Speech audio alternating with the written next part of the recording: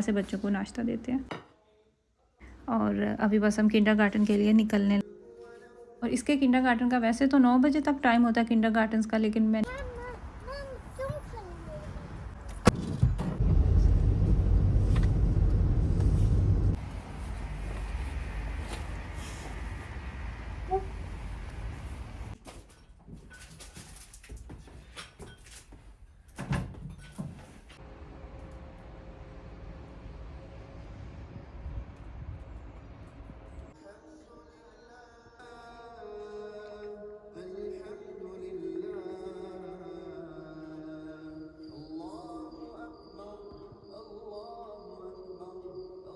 अस्सलाम वालेकुम beautiful people, welcome back to my channel. आज की वीडियो आपके बहुत ज़्यादा क्वेश्चंस के बाद और सबसे डिमांडिंग टॉपिक आपका कि बच्चों की स्कूलिंग के बारे में आप बताएं, इस टॉपिक पे आप वीडियो बताएं, और इस तरह के बेशुमार कंसर्न्स लोगों के।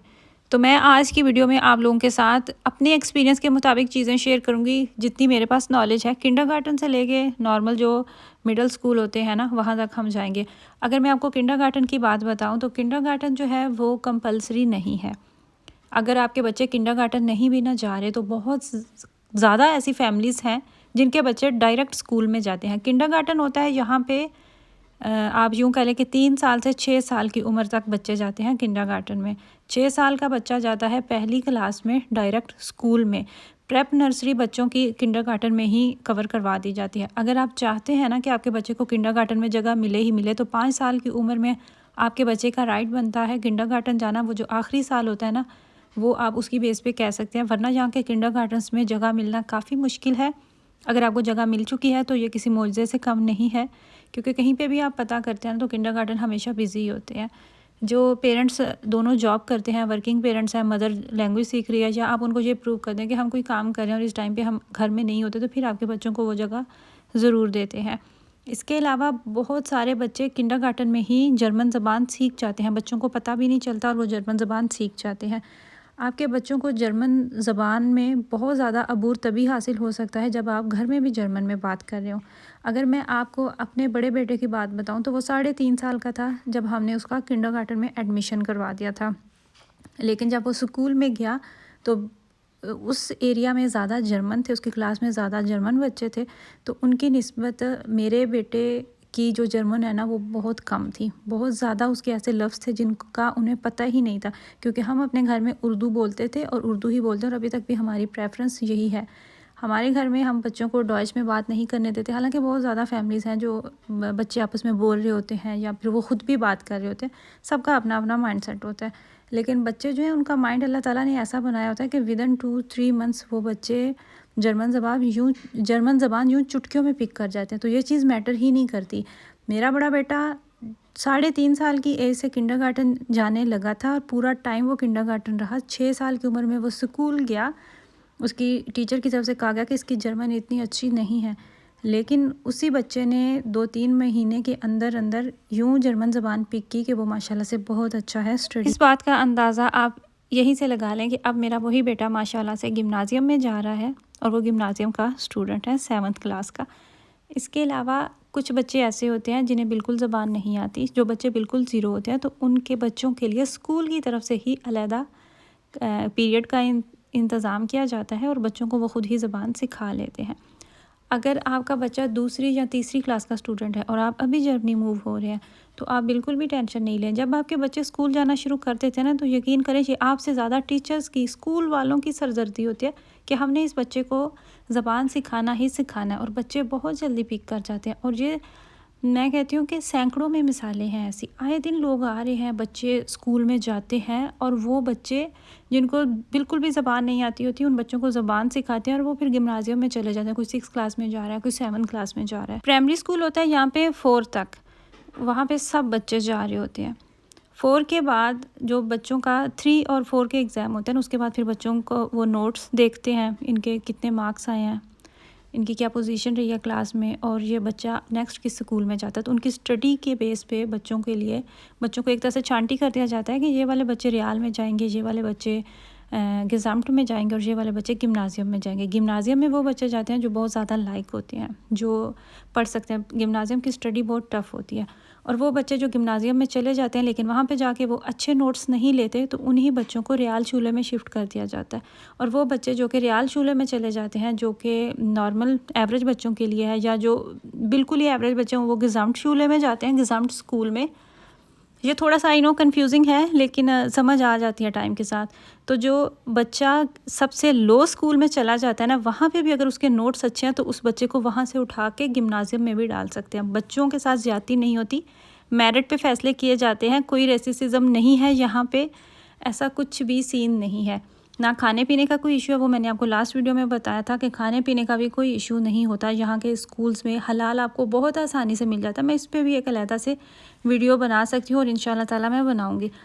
इसके बाद फिर आपका बच्चा जाता है मिडल स्कूल। प्राइमरी के बाद फिर जो बच्चा होता है ना, वो मिडल स्कूल, हाई स्कूल वहीं पे जाता है। अच्छा, लैंग्वेज के बारे में बहुत ज़्यादा क्वेश्चन आया था कि बच्चे जो लैंग्वेज जिनको नहीं आती तो वो कैसे सीख सकते हैं, या फिर बच्चों को वहाँ पे ले जाते हैं, पुलिस ले जाती है, यहाँ की गवर्नमेंट जो है वो लेके जाते हैं। अच्छा, यहाँ पे जो बच्चों का किंडरगार्टन मिलता है ना, जो हुकूमत की तरफ से मंथली आपको बच्चों के पैसे मिलते हैं, वो होते हैं 250। फिर ये होता है कि जब आपके 3 बच्चे होते हैं तो फिर थोड़ा सा आपको ज़्यादा मिलता है, आई गेस किंडरगार्टन उनका बढ़ा दिया जाता है, अगर मैं गलत नहीं हूँ तो। बच्चों के जो पैसे भेजते हैं ना, वो एक मखसूस सा इदारा है यहाँ पे, और उसका नाम है जुगेंडाम्ट। वही बच्चों की पढ़ाई को भी देख रहे होते हैं। फॉर एग्ज़ाम्पल, आपका बच्चा स्कूल नहीं जा रहा, तो अब स्कूल की गैर हाज़िरी हो रही है, तो उनकी तरफ से आपको लेटर आएगा। स्कूल वाले जुगेंडाम्ट को बता देते हैं कि ये बच्चा इस फैमिली का, ये इतने दिनों से स्कूल नहीं आ रहा, तो आप पूछें। जुगेंडाम्ट वाले जो है वो आपसे रब्ता करेंगे कि ये आपका बच्चा स्कूल क्यों नहीं जा रहा। और जो बच्चे को लेके जाते हैं ना, उठा के भी जाते हैं, वो भी जुगेंडाम्ट वाला ही इदारा होता है। बच्चे को यहाँ पे इतनी आसानी से उठा के नहीं लेके जाते। अल्हम्दुलिल्लाह हमारा इस तरह का कोई एक्सपीरियंस नहीं, और ना ही अपने आसपास कोई इस तरह का फैमिली में देखा है। आपके बच्चे को वो नहीं लेके जाते अनलेस आपके बच्चे को जान का ख़तरा नहीं। माँ बाप दोनों ड्रग्स में पड़े हुए हैं, नशे करते हैं, जैसे कि बहुत सारे जर्मन जो है इनके साथ भी ऐसा होता है। बहुत सारी ऐसे केसेस हैं कि माँ बाप जो है उनको अपनी होश नहीं, बच्चे की वो टेक केयर नहीं कर सकते, तो इसलिए पुलिस बच्चे को लेके चलेगी कि आप इसको नहीं संभाल पा रहे, आप हमें दे दें। आपके बच्चे को जान को ख़तरा है, आप उसको खाना नहीं दे रहे, या आप अपने बच्चे को मार रहे हैं, आप बच्चे के साथ ज़्यादती कर रहे हैं। अगर आपने अपने बच्चे को मारा है, बच्चे ने स्कूल में जाके बता दिया, उसको ज़ख़म बने हुए हैं या ऐसा कुछ है, तो बच्चे से पूछेंगे, फिर भी आपको वार्निंग दी जाती है, फिर वो आपके बच्चे को लेके जाते हैं। इस केस में बच्चों को लेके जाने का ख़तरा होता है, इतनी आसानी से आपका बच्चा नहीं लेके जाता। इंडियन मूवी को देख के बहुत ज़्यादा लोग डरे हुए हैं, लेकिन ऐसा होता कुछ नहीं है। इतने भी वो बेवकूफ़ नहीं होते कि हमें आपके बच्चे को छीन के चले जाए।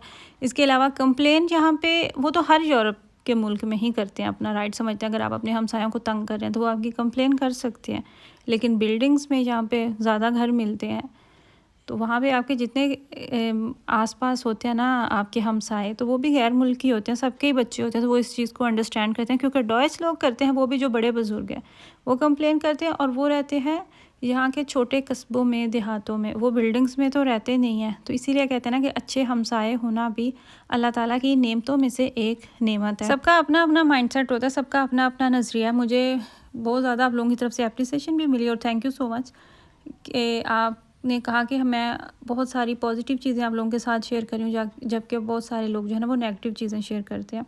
हर जगह पे पॉजिटिव चीज़ें भी होती हैं, नेगेटिव चीज़ें भी होती हैं, लेकिन मेरा ये यकीन है कि जर्मनी में अगर आपका बच्चा स्टडी कर रहा है ना, अगर आपको अपॉर्चुनिटी मिल रही है जर्मनी जैसे स्टेबल मुल्क में आने की, तो इससे बढ़ के आपके लिए कोई और ब्लेसिंग हो नहीं सकती।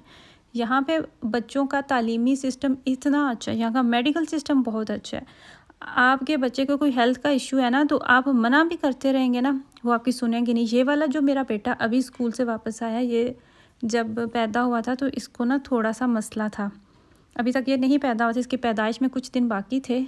तो डॉक्टर ने अल्ट्रासाउंड किया, उन्हें समझ आई कि बच्चे की जान को ख़तरा हो रहा है, उसको मसला हो रहा है। उन्होंने हमारा भी इंतज़ार नहीं किया, उन्होंने हमसे पूछा तक नहीं।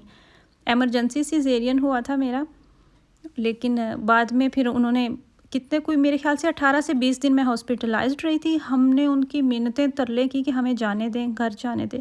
मेरा बड़ा बेटा भी छोटा था तब।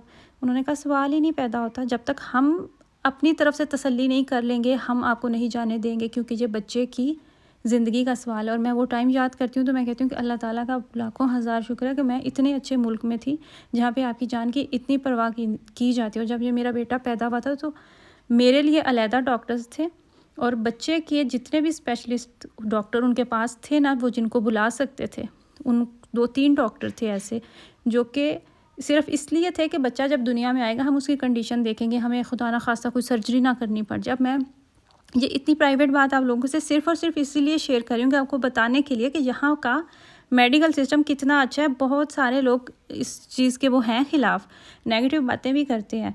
तो अब यूँ देख लें कि 100 में से 100 की 100 ही तो पॉजिटिव नहीं ना हो सकते। आपको 2-3 केसेस ऐसे ज़रूर मिलेंगे, या आप कह लें कि 10-20 केसेस ज़रूर मिलेंगे, लेकिन मेजॉरिटी में जो केसेस हैं वो पॉजिटिव ही होंगे। जहाँ पे बच्चों की बात आती है ना, वहाँ पे ये लोग कोई रिस्क नहीं लेते। अगर आपकी खुद की भी जान खतरे में है ना, तो उसके लिए एमरजेंसी बनी हुई है।